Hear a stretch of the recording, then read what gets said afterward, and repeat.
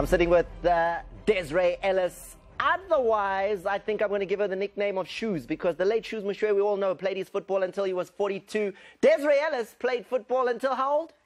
I retired from the national team, or actually I was dropped from the national team at 39. And then retired from football at 42. Yes. Like your final game, 42. Yes. And the legs were still carrying you. Well, not exactly, you know. When you love the game, you think you can do more.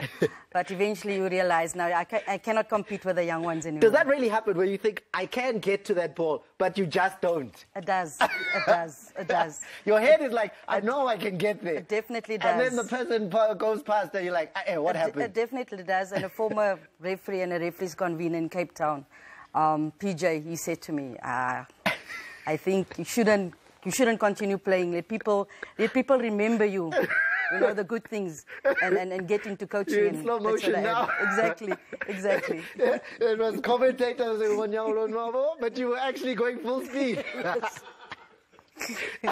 Des, now, since October, you've been the caretaker coach of Banyana Banyana. First of all, what a great story. I mean, from player, captain, caretaker coach now. What a journey. You know, you dream of playing for the national team, right? And then you play for the national team and you get to captain the national team. And I think that is one of the biggest honors you can have. But not thinking that far ahead, you know, and eventually becoming the caretaker coach, I mean, it was something else. I was so excited and I didn't know how to grasp all of it at that time. You know, this is a question I've always wanted to ask somebody, and I've got you now to ask this question. What does that feel like when the pressure is now you? You know, you were an assistant, but, you know, assistant is fine. You've been a player. It's different. Now you're the coach. Now you're that person at the press conference or when the team loses or when the selection is popped. You're that person. How does it feel? 100 times worse than being a player, being an assistant coach. And you work 100 times harder in trying to get everything together, in planning, in doing your training sessions, in giving players information. What do you actually do? I've always thought, what do coaches actually do at a national team level? Because when you look at what it should be, really, I mean, it's the club coach who does most of the work. You see the players 2 weeks before the tournament. Well, it's just team talk. Well done, guys. Let's go out on the field, right? Nah. No? No. It's harder than that? Much harder. I've been fortunate to be an assistant for 2.5 years, and I think that's helped me going into as interim coach. Attention to detail, knowing as much as you can about your opponents, who the key players are, their set plays, how you need to defend there, and then when you're playing on the other side, attacking, how you can exploit that as well, how to get the formation we're going to play, the players we're going to use in the formation, the changes that we could possibly make, different scenarios, set plays, who stands where, who picks up who. So everything is attention. Science, Everything is attention to detail. You watch videos of your opponents to try and see how they play, so that you can counter that and maybe use that to your advantage. So it isn't just going onto the pitch and doing a training session. Everything is planned. You've got it there on your computer, and you know what's going to happen. And it must be really hard for you, because as much as, you know, Stuart Baxter is the national team coach of Bafana Bafana, he gets to watch the games on TV every week. He can see the players. You can watch in Europe. Tapes are flying in all the time. He'll have an idea of who's doing what. How hard is it with the women's game? It is hard, but we have a good support staff. But how do you know who's doing well? We have a good support staff, especially in Johannesburg. We have Shalene Boyson, who's the performance analyst, who was recently just with Bafana. She goes around to games here. You have contact with, for example, Tina Sonke in KZN. Then we also have 28, or we have CAF-A licensed coaches that you can speak to and try and get information. And if a player is identified, for them to go have a look. Then there's some tournaments that you can go to. I was fortunate enough to go to East London, where I saw one player there. I then went to the university selection, where we saw a whole lot of players as well, who's now currently in camp. I flew down early on Sunday to come and watch TUT and Soweto Fabulous. Just after the university club champs, I stayed behind to watch Sundowns and Super Falcons play a top of the table clash.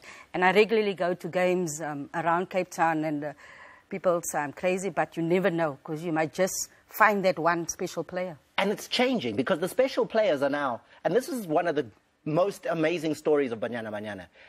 the players are now being exported. We are now sending players abroad, and quite a few. I mean, I think about Andy Siwa right now. I think Janine van Beek just left. She's in the USA. You have now got a good base of players playing outside of South Africa.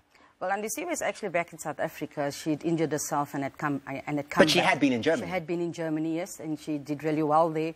You also have Jermaine out in the US. You have Robin Moodley out in the US, and a lot of players from the 2010 Under-17 World Cup squad.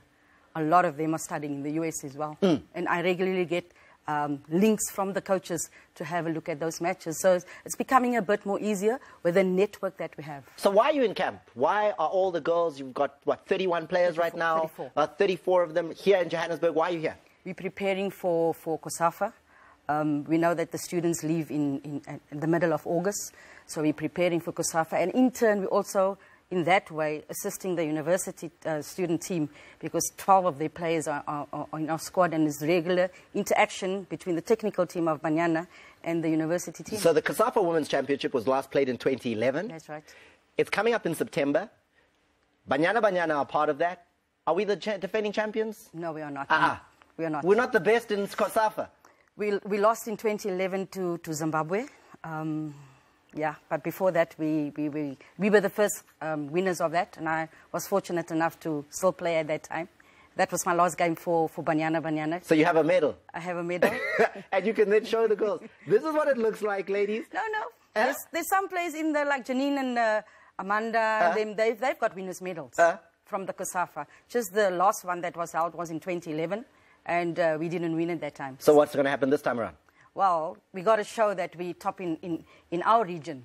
We got to show that we're coming back to win that trophy, and the girls are really looking forward to that.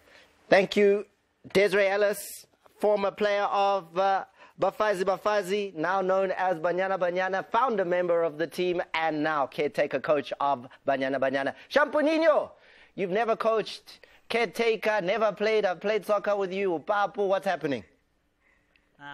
Thomas, I mean, really, Joe. I termed, like, you know, like the female Proteas. Yeah, I have a name for them. Mablom. It's proper. I'm sitting here with PH, Thomas. PH, what's the name of the coach who are Pirates, that guy? What do you mean? Who was he? You see, Laban or why? That could be the score. Chiefs 1, Pirates go. Back to you, Thomas, and go. We're going to a break. PH Marubela, 5FM DJ comes into the hot seat after this.